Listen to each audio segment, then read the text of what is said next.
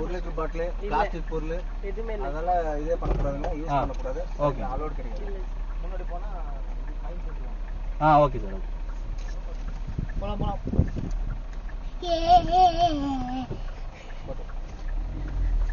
ஏமா முடியுமா? ஏறு வாடா, ஏறுவோமா? ஏத்தப்பா.